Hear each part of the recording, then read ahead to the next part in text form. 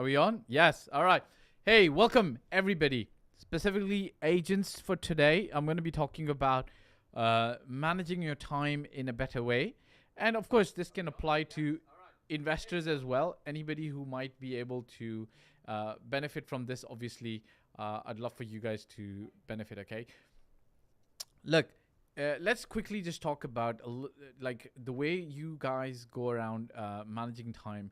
And welcome to everybody who's joined in Maheen. I'm gonna actually Muqaddis, who's Dubai realtor, Mahan Malik, luxury broker, Talha Al Hashmi, Adnan. Guys, remember, if you got questions, please don't hesitate. You can ask me either on the YouTube live, or you can ask me on Instagram live, and I will be happy to answer. Right? Let's check this out. Let's have a quick discussion about time management, right? So everybody we see talks about managing time very, very well, sorting it out. I'm just gonna say, this is a reminder for yourself and for me, guys. We're not really managing time.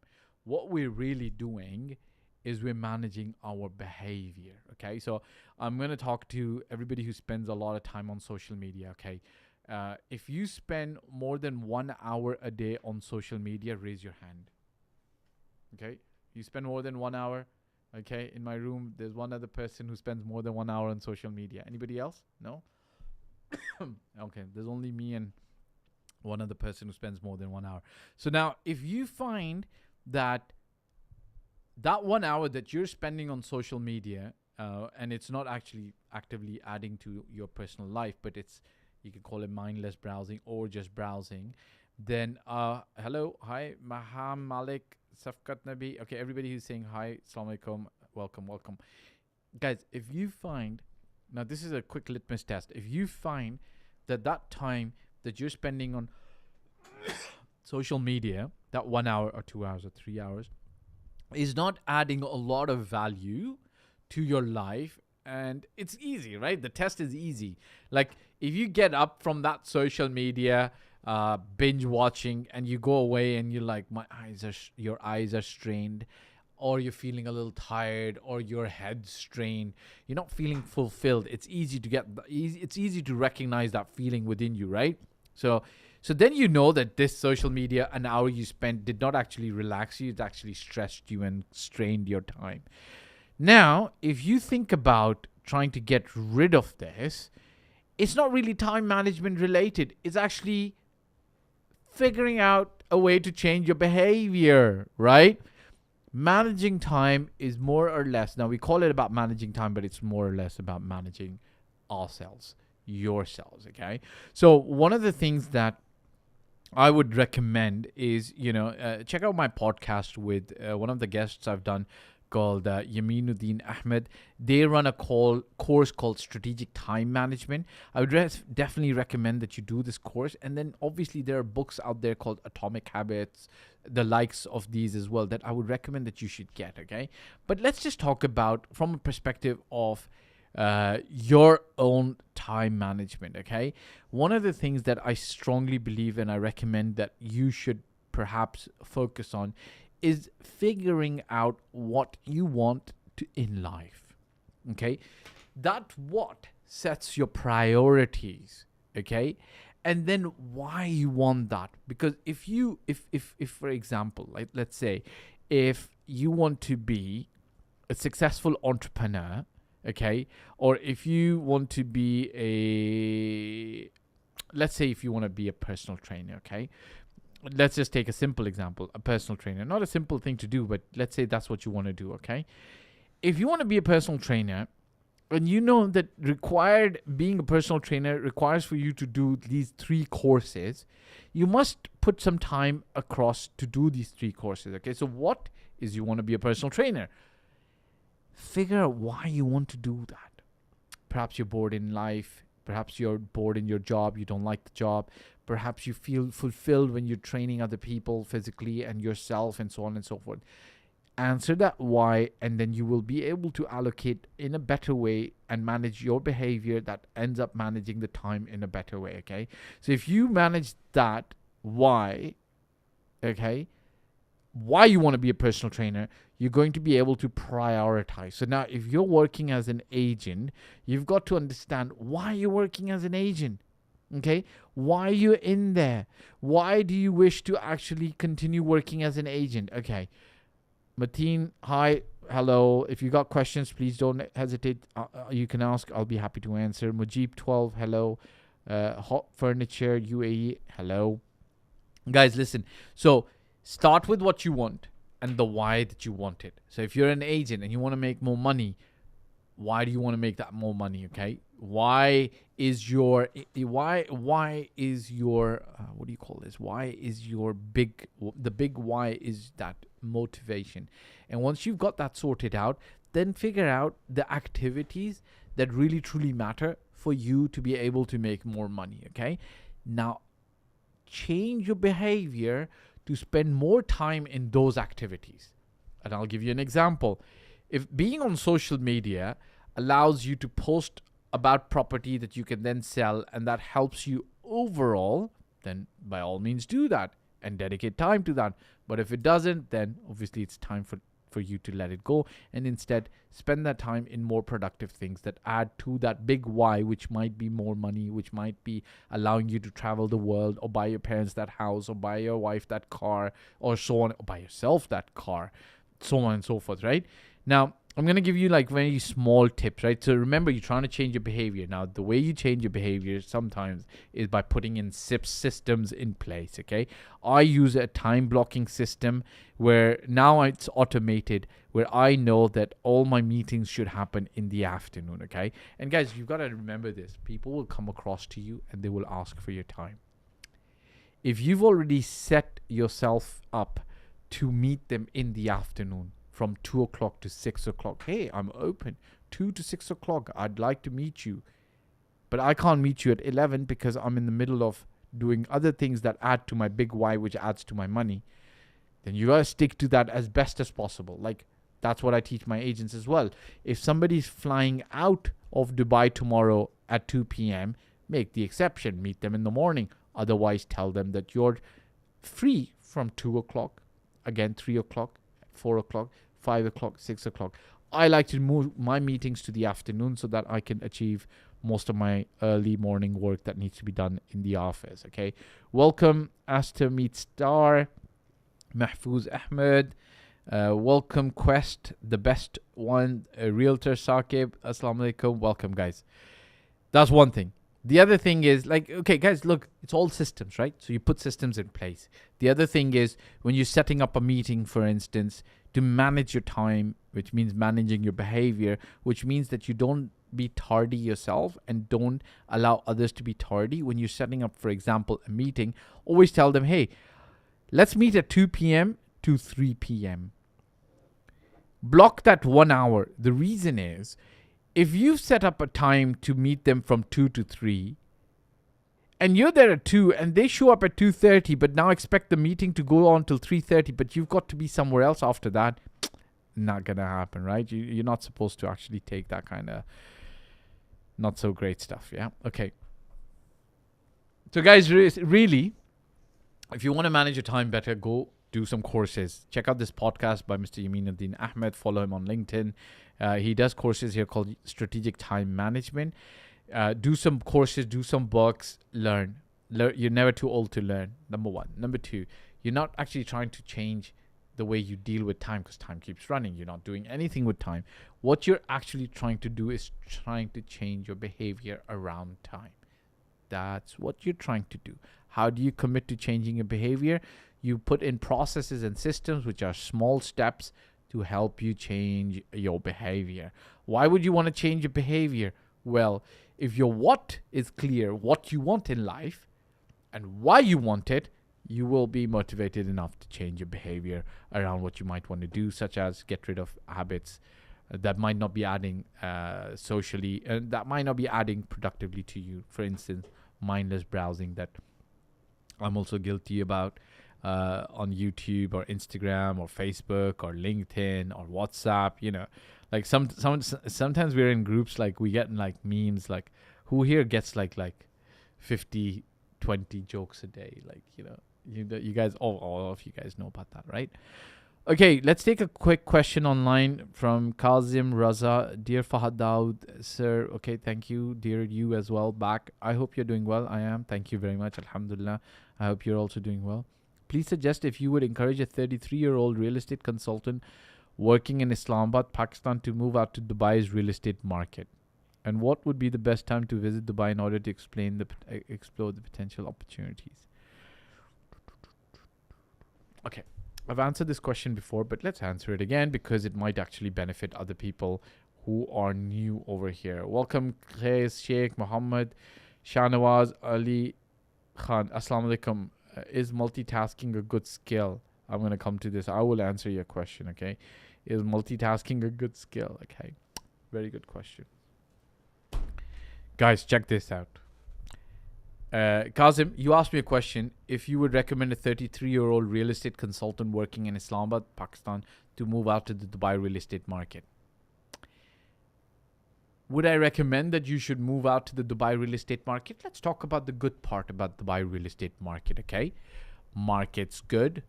It has 200 nationalities coming to the Dubai market to buy property. Compared to, I think, some of the Pakistan, India, South Asian market, it might be like a little bit cleaner. It's quite a lot cleaner, actually. The city itself is pretty good. So, you know, if and when, inshallah, you hit it big and you want to buy a Lamborghini, you can actually enjoy it, right? Instead of being worried and going around with a bunch of guards so that nobody steals your property. Rule of law, there's security. When it rains, roads don't get clogged.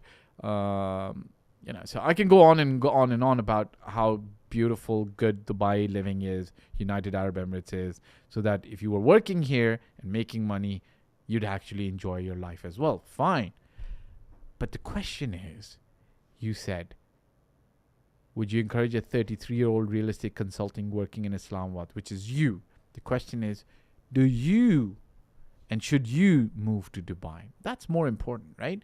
Because if I tell you, hey, Canada, should a person move to Canada? So let me tell you how nice Canada is, because I lived there about 7 years, all right? It has 4 seasons. Fall is amazing. You can see like 10 colored leaves over there. People are very nice, kind, polite. They'll hold doors. They'll say, please, thank you. I love snow. Maybe you like snow as well. Right? You've got the great outdoors. You got Vancouver. You got Banff in Alberta, so on and so forth, right? It's a great place, but is it right for me, right? If I move there, I'm away from my roots, my family, where I want to grow with my kids and blah, blah, blah, blah, blah. So the same thing applies to you. Is Dubai good for you? Dubai on its own is amazing. If you're already working in Islamabad as a real estate consultant, you could probably come in Dubai and make a living as well. But again, is it good for you, right? Why are you looking to move? And remember, if you move to Dubai, don't do it short term. Too many people make too many short-term decisions. If you've got long-term ambitions to come to Dubai, stay in Dubai, move on from Dubai, or live in Dubai for the next 20, 30, 40, 50 years, come by all means. What I don't recommend that you do is you come to Dubai, miss Pakistan, go back to Pakistan after 3 years, come back to Dubai again. It's just a lot of wasted resources. I hope that makes sense. Raheem7 joined. Welcome. Khalid Abdul Ali Asghar joined. Okay. You asked, the second part to your question is, what would be the best time to visit Dubai in order to explore the potential opportunities? The best time is you asking me this question by telling me that, listen, I know somebody who's obese and overweight. When is the best time for them to start exercising and start controlling their food? Now would be the best time. There is no other best time except when you must start. Okay? So for you to think about what's the best time to visit Dubai, yes, I could tell you the better time would be when it's not super hot. So if you don't have a car, you could go around using the public transport and not sweat like crazy. So that would be one thing you could consider. But we are coming into the winter months, which is an ideal time for you to visit. But let's say we were having this conversation in March and you wanted to move to Dubai. Come on, you're not going to put it off just because it's hot. You're not going to put it off just because you're going to sweat a little bit. You're not going to put it off just because it might be a little difficult. Of course, if you move here, you're going to face the summer as well. So perhaps the best time might be to move in the summer and then experience the summer, all right? There's a little bit less noise in my ear, yeah? Okay, we're almost okay. So somebody asked a question. I asked Baloch, you said, Assalamu alaikum, sir. I'm really willing to join your team. Many times I've sent my resume, no response. Okay, guys, listen. If you don't get a response, please don't feel bad. It's not like we are being deliberately ignorant or deliberately trying to ignore you. There's a set of criteria, okay? Obviously, we'd love to hire as many people as possible and to empower as many people as possible to be able to make changes and benefit their own lives and benefit ours and, benefit humanity in general. Sometimes we're able to help you join immediately. Sometimes you're not the best fit. Sometimes you'll be a good fit in a month or 2 months, right? So if you've applied, they've probably gone through your profile and they will come back to you when times are right and when you're right for us. So don't feel bad. Forgive us if we've hurt your feelings, and perhaps you'll be a good fit further down the road, okay? If you truly, genuinely believe we've missed your CV, we've missed your profile, then just send it again. So Shahnawaz Ali Khan had a very good question. Assalamu alaikum. Is multitasking a good skill? It's not a good skill. It doesn't exist. Okay, guys, listen. Okay. Multitasking, you can generally do with things that you are unconsciously competent with. Okay, so for instance, if you are driving a car, and you've been driving a car for the last 5 years, 4 years, 3 years, there is something that happens to your mechanical skills in your brain and your body that you can super coordinate without giving it too much thought. For instance, if you see a car brake up front, you will hit the brake pedal without having to give yourself a command and say, brake now. It's kind of different to when you start driving. When you start driving, you've got to do it. Shahnawaz, I'm answering your question now, okay, about multitasking. So when you do unconscious things, you can pretty much do them immediately if you're unconsciously competent, okay? When you start driving, you've got to really think about it. But when you're unconsciously competent and you've practiced many times, you can easily hit the brake pedal. Or if I asked you to come and visit me here and you came to my office and you had to drive your car, if I asked you how many times did you press the brake to get here, you'll probably not remember, okay? That said, if you're so that when you're driving, you will find some people use their phone. It's still not safe because while you're doing that unconscious thing, if your phone attracts you or a specific WhatsApp message surprises you, what's going to end up happening is you're going to pay a lot of attention to that and you're going to take away focus from driving. If you're an agent trying to multitask with several things, know that every single activity that you add in that mix is going to delay that one activity that you must finish, okay? So my recommendation is to not multitask, get one activity finished, and then go on and forth, okay? Let's answer some questions also that I've got online. This is a question from Ismail2584. He wanted to ask me about launching Facebook ads to generate leads. It's a good idea. Try to do it. And then he says it's illegal and I need strategist. Strategist is a permit that you need to be able to actually start advertising. So just get the permit. You asked me if I advertise my personal brand with Facebook ad, does it also count as illegal? I'm not sure about that. You'd have to check with RERA. But for the strategist permit, it's very easy. Just apply. You can actually get it from Dubai. From RERA, Real Estate Regulatory Agency. Okay, I've got a question from Dennis Zoltan. Who does the registration? Is it the landlord or the tenant? What is the process of registration? It can be the landlord, I think, is generally responsible, but it can be either the tenant or the landlord that does it. A lot of this, it gets done online now, so you can actually try to see if you can do it online. If you can't do it online, try to just go in and do it at the there's a few places that are actually allowed for you to do the HRE registration. Just take your full documents, title deed, passport copy, so on and so forth, and you should be able to do it. All right. Last but not the least, I've got a question about. This is a gentleman, Frank Tag, asks me. It says, "Thank you for the good work." Okay, you're welcome. Can a landlord change the amount on the Diva bill? I live in a shared apartment of 4 people. Every month we are paying around 300 dirhams for each sharer. Is this right? We only use AC when we are back from work. Thank you for your reply. Guys, listen.